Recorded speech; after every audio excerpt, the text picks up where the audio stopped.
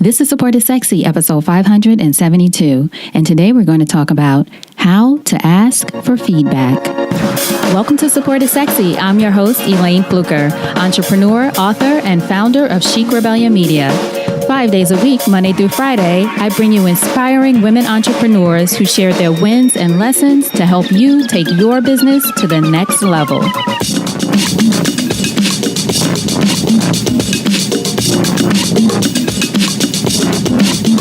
Here we go.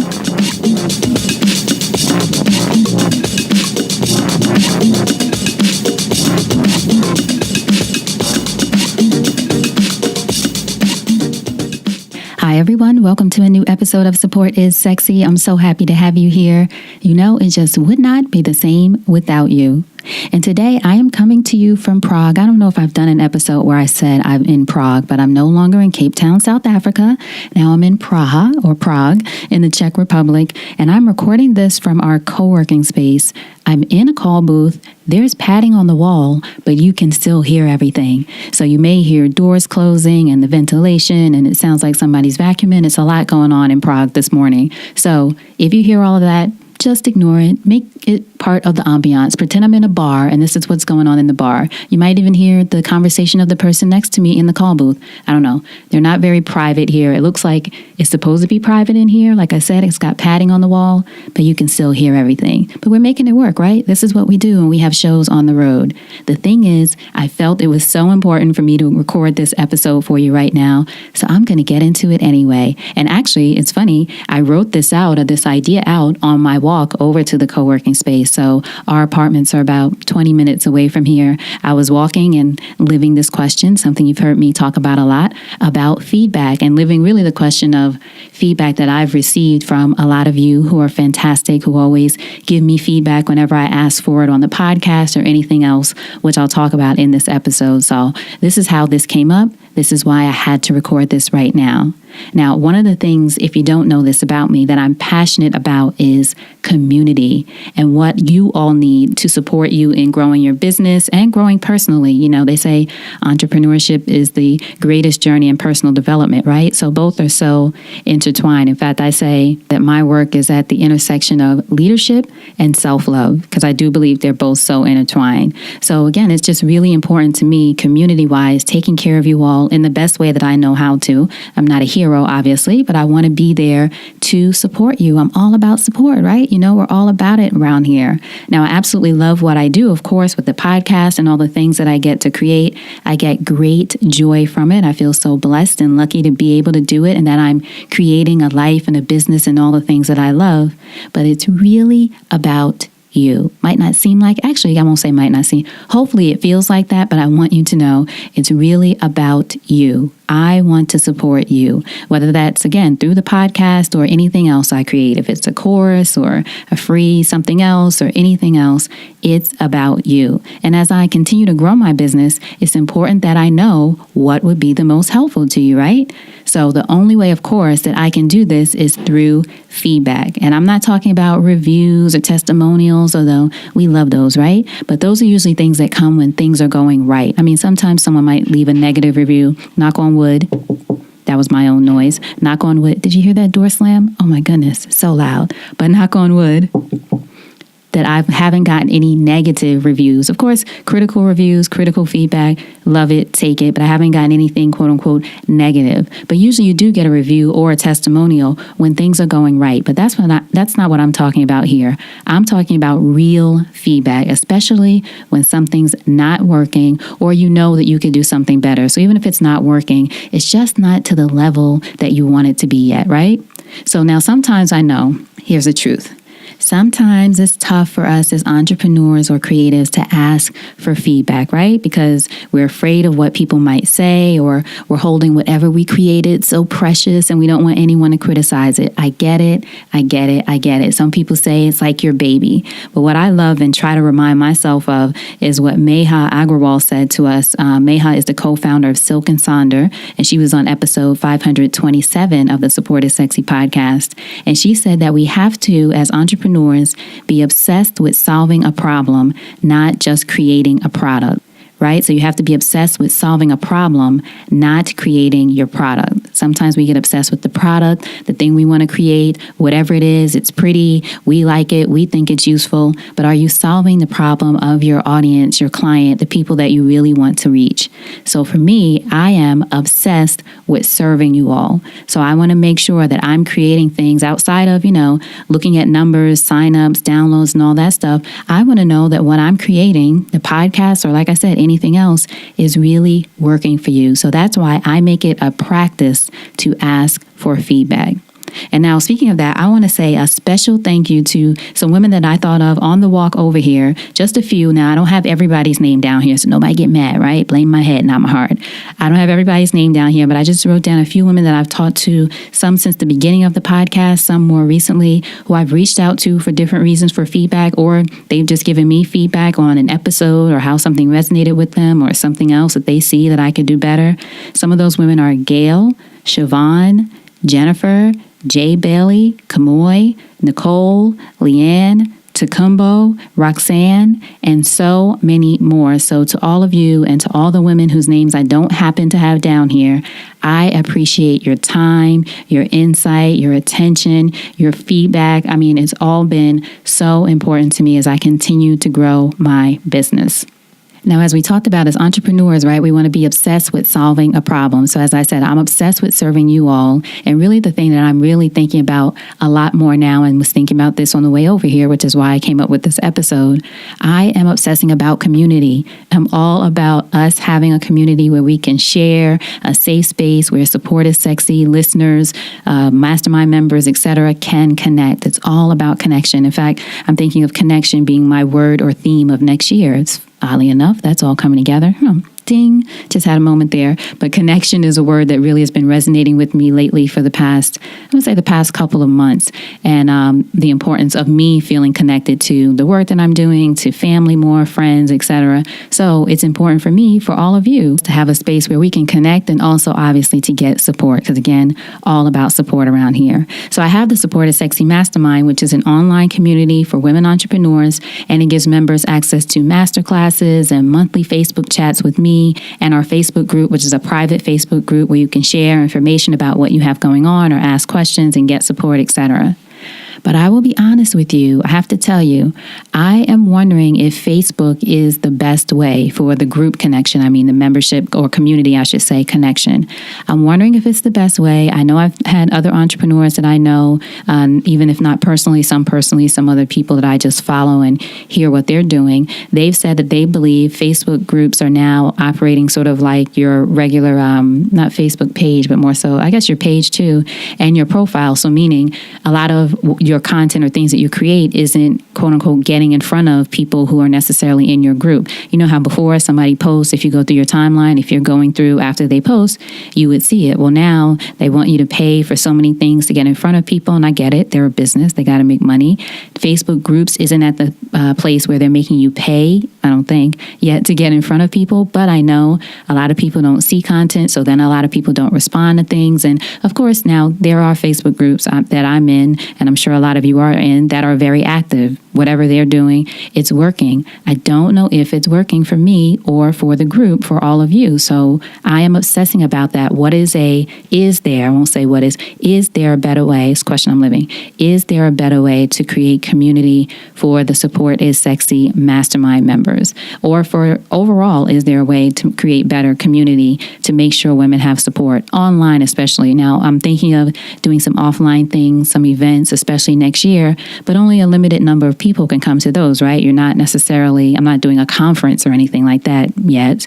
So you're not all going to travel somewhere. So I think it is important for us to have virtual support, because sometimes you just need to reach out, hear from somebody, or share what you're going through, or get some feedback, which is what this episode is all about, get some feedback, etc. So what I'm doing is I'm looking at testing some other options to make sure that my community can connect in the way that they want to. Maybe it's Facebook, maybe it's that particular Facebook group, maybe I do something smaller, which is something I'm thinking about, a small group on Facebook to see how that works. Maybe I do something else. There's other membership options that I know other entrepreneurs use. In fact, I'm going to look for someone to bring on, a woman I know, I'm thinking of someone to bring on and talk about her community, because she actually moved from Facebook to a private service for her community. So anyway, these are all the things that I'm thinking about. But the only way for me to find out if it's working is to ask, right? I can say, oh, it's not working for me, like again, based on numbers or engagement or this or that. But really, I have to ask members, is this working? And if not, what's not working? So today I want to talk a little bit about feedback and how it can be helpful for you in your business, and why you should embrace it, even if it might make you a little bit uncomfortable. So the first thing to remember about feedback is information. So sometimes we get very upset when people give us feedback, especially if we didn't ask for it, right? Somebody gives you feedback and you didn't want it right now, might not be a good time. But still, we have to remember, and this is something I learned when I was part of Momentum, the personal development workshop that gave me the Support is Sexy, actually, mantra and idea. But feedback is information. That's all. That's the only way you need to process it. This is information. I take it, I leave it, I get from it what I want. I leave the rest behind. Feedback is information. Another thing to remember, it can give you clarity. So the same way it's information that you can take it or leave it, you also decide, oh, you know what, this might be helpful for me. Or, you know what, that's great feedback. I'm going to try this. Or, you know what, no, that's not me. I'm clear that that's not who I am. So it gives you clarity. So even if you, again, it's not quote unquote positive, or it's not something you want to hear, or it's something that you feel is totally off base. Maybe that person who's giving you that feedback just isn't your customer, client, or friend. Maybe you get clarity that, okay, I understand that that's not the person that I'm trying to serve or be close to or whatever right now. It helps give you clarity.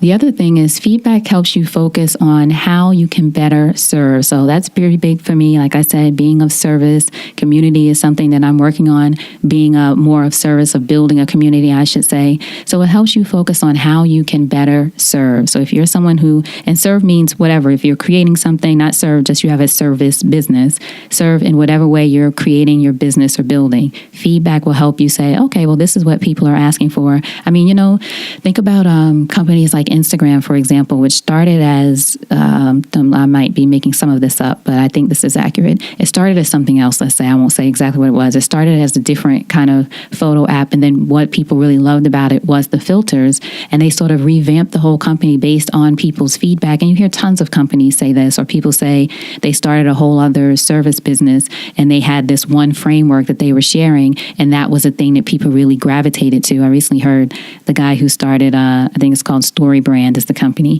He said people were really drawn to this framework that he has, and he's gone to build a huge business based around that because he shifted his focus. He pivoted based on that feedback. So it helped him focus on how he could better serve the customer or what people needed. So that's what you have to remember, whether Instagram or a consulting business or anything else.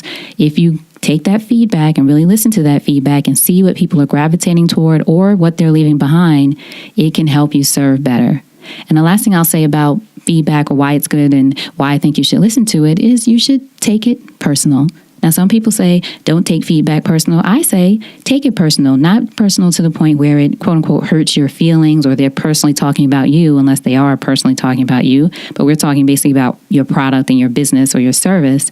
Take it personal, meaning how will it help you grow as a person? Is that feedback something that could help you grow as a person, to be a better leader, to be a better businesswoman or businessman? We have a few good men listening, right? Help you be a better business person or something like that. So take it personal. Is there way, or are there ways, I should say, that this can help you grow? And this is certainly something that I've been thinking about when I talk about community. How am I showing up in the community? How much time can I, should I, will I dedicate to being in front of the community? Am I playing small in the community? And all these things that you can think about to help you personally, even if someone didn't say that specifically as your feedback. But again, take it personal and think of, how will this help me grow? So now I want to share just a few ways that I've used in the past to ask for feedback, and, share some ways that you have too, so we can all share with each other. But these are some things that I've used to get great feedback from people, super simple. So if you're thinking about, maybe you're even in the beginning stages of your business, maybe you haven't created it yet, or you have an idea and you want to ask people questions and what they need so you can create something specifically for people. Or like me, you might be already into your business and you're looking at ways to make it better. These are great ways to get feedback. One might be an obvious choice: surveys. Create an easy, quick, not 500 questions, because I've sometimes gone to people's surveys and I see that it's 40 questions and it's going to take me 20 minutes. Unless I have that much time, I might not do it, or I'll say, I'll come back to it later. And then, you forget, you can't find it, that kind of thing. So do a survey. Try not to have too many questions. Really get to the point. What do you really, really want to know? And one company that I use for surveys is called Typeform. I'll make sure that I'll link to it in the show notes so that you can see it right here on your phone if you're listening on your phone or whatever device. But Typeform is a company. It's what I use for surveys. It's what I use also for my podcast guest form. I just like it. It's easy. But there's all kinds of surveys you can use. I believe, I don't know if MailChimp has a survey, but I know obviously Google Forms and other things. So create something simple. Don't make it too complicated for yourself to create. Do something simple. Maybe it's 5 questions, 3 questions, maybe 7 at the most, 10 tops, but 10 is a lot. But make them, if it's 10 simple yes, no, or easy filling questions, okay. But try to make it short, simple, to the point so you can get that feedback. The next way to get feedback, and this is something that I've been using, is email. So especially if someone reaches out to me via email about anything, I might email back and ask 3 questions, especially, again, if it's about something I want to know at that time or something I'm researching or a question that I'm living at the time. I will write back 3 questions, something to the effect of what worked, what didn't work, what will make it better. So when you're thinking about asking your questions, if you're trying to figure out, again, say, for example, community, if you want to ask something about that, what worked, what didn't work, what will make it better? Or if you're thinking about creating a business, what are your needs right now as a business owner or whatever your audience is? What do you really think that you want to see? What will make it better? Again, you can decide what those 3 questions are, but try to give people something to respond to, in other words. So don't write back like, hey, can you give me some feedback on the community? That's pretty open. Now I have to do the work as a person that's in your audience or your client to think about what kind of feedback I want to give you. But if you ask me specific questions, it makes it super easy for me to respond. So you want to make it easy for people to give you feedback, especially if you're requesting it from them and they're not like just filling out a form or just giving you feedback because they want to leave you a review or that kind of thing. So make it easy. Try 3 questions. Another thing that I've done, and this is something that I got from John Lee Dumas from Entrepreneurs on Fire, he talked about doing a 15-minute Zoom call, Skype call, whatever it is, and again, ask those key questions. So I've done that before with some of you probably listening. Thank you for your time. Getting on a call, 15 minutes, and it might go over a few minutes if you have more time. I usually give a half an hour, but you want to respect people's time. So you say, hey, can you hop on a call for 15 minutes? I just want to ask you some questions. Now, email, of course, is great, but sometimes a call is usually good too, because you just get different nuances and it's easy to ask follow-up questions because you can tell when a person is really passionate about something. So all the reasons that we all love voice and audio, right? So that's the reason adding in a 15-minute call with someone, if it's possible, is something that you can do. Or, like I said, don't say, oh, I can't do calls, so I can't get feedback. You can still do email, and then you can still do surveys. So I'm just giving you a few options, and I've used all of these, and it's been great, to great effect and great results. And by great results, I don't always mean positive feedback, right? I'm getting feedback for information. Another way you can get feedback is in person, and you might say, how in person? Think about networking. So when you're out at, whether it's a dinner party or a networking event or a conference or anything like that, yes, you don't know the person usually, or you don't know what's going on in their business unless you ask them a few questions. But if you're someone, say, who's trying to service a business in some way or get clients in some way, you might ask that person, what's your greatest challenge in your business? I love that question. What's your greatest challenge in your business? Or what are you most passionate about right now? That's a question I ask people all the time, more than I ask, what do you do kind of question. Because what do you do? Hey, it's great. We all do something, right? Most of us. But I love to know, what are you excited about right now? What are you passionate about right now? But for you, again, if you're focused on the problem, you might want to ask people, what's your greatest challenge in your business, or what's your greatest challenge period right now, or what is something that you're trying to figure out right now? And it might be a great way too to even get to know more about that person, what they're focused on, what they're excited about, what they want to fix, what they want to do in their business. So that's a way to ask people in person for you to get that feedback. And the last way I'll mention, and of course there are many more, but again, I was typing this while walking, paying attention because I didn't want to get hit by the trolley, but typing this while walking. Ask your friends, if, this is a great big caveat, if they're your ideal customers. So if you're asking for a certain product that you already have or that you want to create, ask your friends, but don't ask your friend who, has a bald head how she wants to get her weave done. That's a crazy example, but you know what I'm saying. Basically trying to make it extreme. So don't ask people who would have no interest in your product what they think about your product or what they think you should create. But you might ask your friends something like, if you're trying to decide, again, what kind of business to create, what do they think you're good at? What do they think people come to you for all the time? It might be something that you don't see, so you can ask your friends feedback about that. Or you can obviously ask your friends feedback about your product, especially if it's something like perfume or candles or something that's sort of quote unquote general to an open audience and it's not a specific customer. Or again, if your friends are your ideal friends and family, your ideal customers, yes, ask them for feedback, get them to test your products. They're usually the best people. If it's moms, something you're creating for moms, ask your friends who are moms to look at your product, get the feedback. And then lastly, what I'll say about feedback is after you get it all, test and experiment, and then see if you can get the people who gave you the feedback to help you test and experiment so they can give you even more feedback. And again, this is something that I'm thinking about. So ladies, I'm going to be reaching out to you. I want to do a little test for 30 days and see community-wise what it's like if I have something separate, smaller, etc. So you can't be afraid, especially, and I believe I'm still in the early stages of this business. I've been in business or my career forever, but I'm still, again, I don't feel like some of us feel like we started one way and we have to stay that way, right? This is what I said I'm going to do.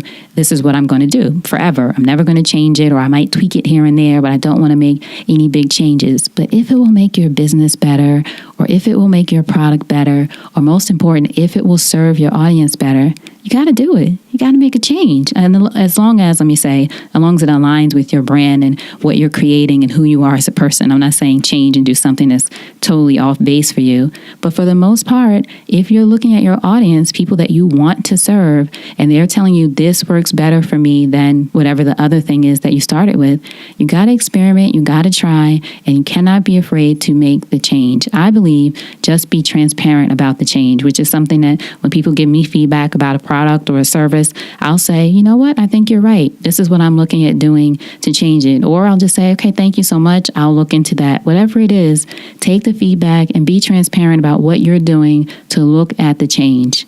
And then again, don't be afraid to test and experiment, try new things and see what works. It's the only way, Marie Forleo says, right, you can't, something to the effect of, you can't get clarity by sitting still or standing still. You have to get clarity in motion. It's just how it works, right? You can get there is clarity in stillness, but when you're trying to create something, you have to be in motion, right? Usually you have to be in motion when you're trying to see if it works. Maybe you come to it when you're sitting still, but clarity as far as seeing if it works, you have to be in motion. So again, I just wanted to share this with you. Thought about it on the way because I'm in this space. I guess maybe this time of year, it's going into end of year. I'm thinking about what I want to do better next year and experience next year and what I want to do better for the community. And I've been thinking about this question or living these questions, and it's been great for me to get feedback. So again, I want you to remember, feedback is information and it only makes you better. All right, so thank you so much for listening. Give me some feedback. If you haven't left a review for the podcast, go ahead and do that. Tell me what you think. Good, other, I won't say bad, good, other, whatever it is. Tell me some of the things that you want to hear on future episodes. We got some good ones coming up, but I'm already thinking about what the podcast is going to be like next year. Can't believe it. End of 2018 if you're listening to this real time. But again, feedback is information. I appreciate each and every one of you, even if we haven't talked or communicated or anything like that yet. I'm glad you're here. You're hearing my voice, reaching out to you wherever you are, at the gym, washing dishes, in the car with your little ones. Hey, little ones, I appreciate you. I always say it wouldn't be the same without you. So now, until we chat again next time, always remember, support is sexy, and having it all doesn't mean doing it all alone. And I'll talk to you soon. Take care.